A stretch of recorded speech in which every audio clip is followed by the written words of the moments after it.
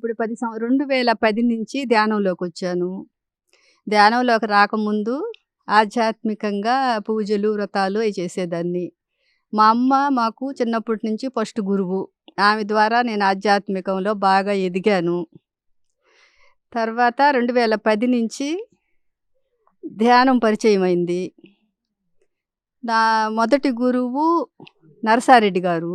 Second గురువు Venkateswarlu sir గారు. వాళ్ళిద్దరి వల్లే నేను ధ్యానంలో ఇంత దూరము, ఇంత ఎత్తుకు ఎదగగలిగాను.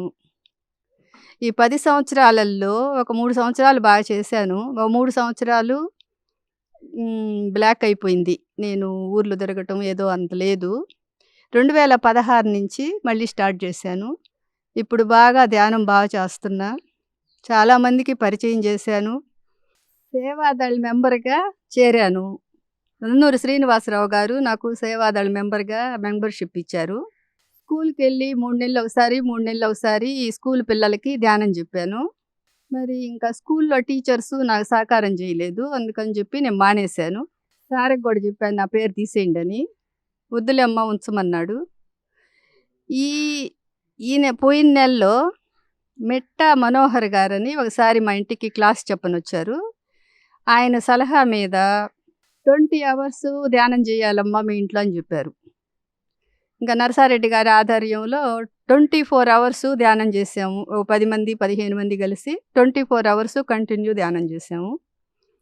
ఇలా అప్పుడప్పుడు సార్‌లొస్తారు, క్లాసులు చెప్తుంటారు. నేను అందరికి చెప్తుంటాను. ఈ కరోనా వల్ల ఇంక అవన్నీ తగ్గిపోయినాయి ఎవరింట్లో వాళ్ళు. ఇప్పుడు నేను ఇన్నర్ జర్నీలో నా పేరొచ్చింది. ప్రతిరోజు 5 గంటల నుంచి 6:30 దాకా ఇన్నర్ జర్నీ క్లాస్ అటెండ్ అవుతున్నాను. ధ్యానంలోకి రాకముందు కూడా మా అమ్మ వల్ల నేను చాలా ఎదిగున్నాను ఆధ్యాత్మికంగా. ధ్యానమే కాదు, సహాయ సహకారాలు, మాట అంతా కలిసి మా అమ్మే మాకు ఫస్ట్ గురువు. ప్రేమతత్వం అనేది అవన్నీ ఆమె ద్వారానే మేము నేర్చుకున్నాము.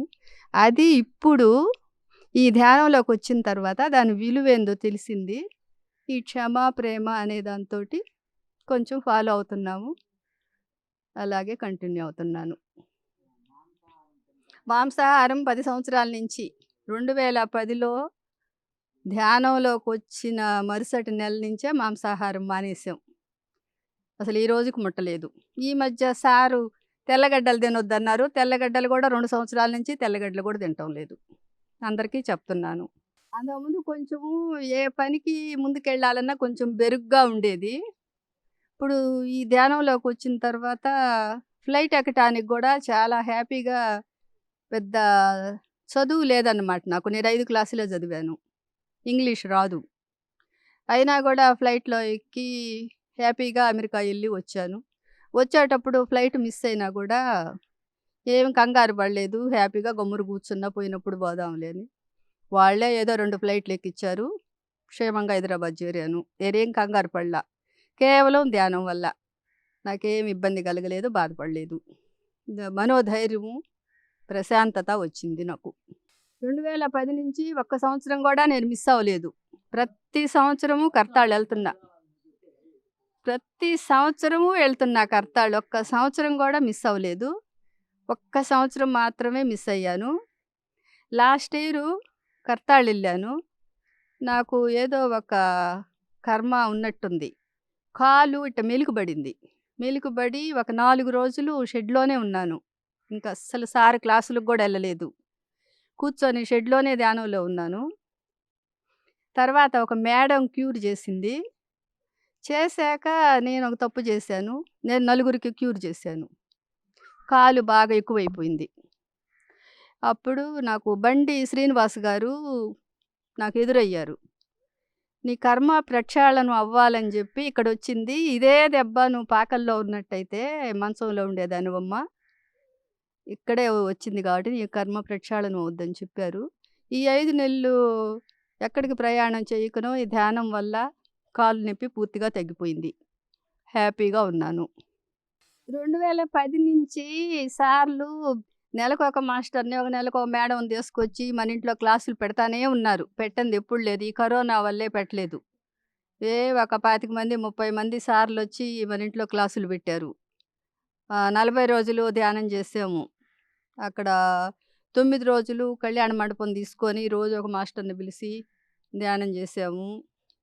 నేను బస్సులో ఎళ్ళినా, ట్రైన్‌లో ఎళ్ళినా ఇంతకుముందు పత్రి సార్ ఏం చెప్పేది, ప్రతి ఒక్కరికి చెప్పండి అని చెప్పారు. బస్సులో ఎళ్ళినా, ట్రైన్‌లో ఎళ్ళినా పక్కనోళ్ళని అడుగుతుంటా. ధ్యానం అంటే తెలుసా అమ్మా అంటే, అన్నోళ్ళకి చెప్తుంటాను. లేదన్నోళ్ళకి గమ్మునైపోతుంటా. ఇప్పుడు ఈ 5 నెలల నుంచి అసలు నేను ఎవరికీ చెప్పలేదు. మొన్న 10 రోజులు, 10 వారాలు చేశాము. హ్మ్. 10 ఆదివారాలు మా ఊర్లోనే ఒకరింట్లో ఈ మెంబర్సే అందరూ. 10 వారాలు ప్రతి ఆదివారము ఈవినింగు 3-4 వరకు చేశాము. వాళ్ళేం జెప్పారంటే, ఈ కరోనా ఉంది, ఒకరింటికొకరు రావొద్దు అని వాళ్ళు చాలా ఫీలవుతుంటే 2 నెలల నుంచి ఆపేసాం. అక్కడే 24 అవర్సు ధ్యానం గూడా చేసింది. ఈ 10 మంది, 13 మంది కొత్త వాళ్ళందరూ. పాత వాళ్ళు ఒక ముగ్గురో, నలుగురో ఉంటారు. వచ్చిన వాళ్ళందరూ కొత్త వాళ్ళే. వాళ్ళల్లో ఎంతమందికైనా అంటుండొచ్చు. కనపడ్డ వాళ్ళందరికి చెబుతుంటాను. అన్నోళ్ళకి చెప్తుంటాను. పక్కకు తిప్పుకున్నోళ్ళకి ఆపేస్తుంటాను. అది ఒక హ్యాబిట్ అయిపోయింది. ఇప్పుడు చెప్పలేదు ఎవరికీ ఈ 5 నెలల నుంచి. ఈ వారాలు చెప్పటమే. ఇప్పుడు కందుకూరు అక్కడ మాస్టర్స్ అందరూ మా సార్‌లను పిలిసి క్లాసులు పెడుతుంటే ఎళ్ళేవాళ్ళము. నెలకొకసారి, 20 రోజులకోసారి. ఇప్పుడు ఈ కరోనా వల్ల ఎక్కడ క్లాసులు పెట్టలేదు. నాకు యూట్యూబ్ వల్ల ఈ పీఎంసీ ఛానల్‌లో పత్రి సార్‌ది గాని, శాకాహార ఛానల్‌లో ప్రతిరోజు రాత్రి 9-10 దాకా అది ఫాలో అవుతుంటాను. కంటిన్యూగా గంట సేపు కూర్చుంటా. 9-10 దాకా. శాకాహార ఛానల్‌కి. మరి సార్‌ది అప్పుడప్పుడు చూస్తుంటా. ఖాళీ టైంలో సార్ మ్యూజిక్ పెట్టుకొని నాకు ధ్యానం చేయటం అలవాటు. ఏమన్నా వాక్యాలు పెట్టుకోను. క్లాసులు పెట్టుకోను. ఇనాలి, కళ్ళు తెరిసి ఇనాలంటేనే అవి చూస్తాను. నేను కేవలం ధ్యానంలో కూర్చోవాలి అనుకుంటే మటుకు సార్ మ్యూజిక్ మాత్రమే పెట్టుకుంటా. పత్రి సార్ మ్యూజిక్కే పెట్టుకుంటా. ఇప్పుడు ఈ ఇన్నర్ జర్నీ చాలా హ్యాపీగుంది. అసలు అందులో నాకు పేరొస్తదో రాదో తెలీదు. చేయమంటే నేను కొంచెం నాకు చేత కావని ఫీలయ్యాను. ఈత మొక్కల హరి ఉన్నాడు. ఆ అబ్బాయి ఖచ్చితంగా వస్తదక్కా, నువ్వసలు పార్టిసిపేట్ చేస్తావు అని పెద్ద గొడవ చేశాడు. ఎల్లుండి అనంగ లాస్ట్ డేట్‌లో. ఇంకిచ్చాను. పేరొచ్చింది. పేరొచ్చినప్పుడు నాకు తెలియని ఆనందంలో మునిగాను. ఇప్పుడు ప్రతిరోజు ఎక్కువజామున 5-6:30 దాకా అసలా అలాంటి క్లాసు నాకు అంత అద్భుతంగా ఉంది. నాకు చాలా చాలా క్లియర్ అవుతున్నయి. నాకు నాకే తెలుస్తుంది. చెప్పలేనైతే. నాకు నాకే తెలుస్తుంది. ఆ క్లియరెన్స్ అనేది. మళ్ళీ ఒక్కొక్కసారి సగం టైంలో నిద్రైతే పోను గానీ, ఆమె వాక్యాలు నా మైండ్‌లో నిలవటం లేదు. అప్పుడు రెండోసారి పెట్టుకొని ఇంటున్నాను. చాలా అర్థమవుతుంది. నాకు చాలా బాగుంది. ఇన్నర్ జర్నీలో నా పేరు రావటం అనేది నాదొక అదృష్టంగా భావిస్తున్నాను. బెంగుళూరు నుంచి ఆనంద్ బాబు సార్ అని ఆయన ఓన్లీ మౌన ధ్యానాలే చేయిస్తారనమాట. ఓం సంజీవని పిరమిడ్‌లో కరెంటు లేదు, నీళ్లు లేవు, ఇటువంటి ఎండలు. అట్లాంటప్పుడు 11 రోజులు మౌన ధ్యానం చేశాం. ఇంకొకసారి 2 సార్లు చేశాము అక్కడ. ఇంకెక్కడో చేసాం. కొత్తపట్నం దగ్గర ఒకసారి చేశాము. అన్నిటికి ఆ సారే అనమాట. 9 రోజులు, 9 రోజులు. మౌన ధ్యానంలో చాలా బాగా అనిపించింది మాకు.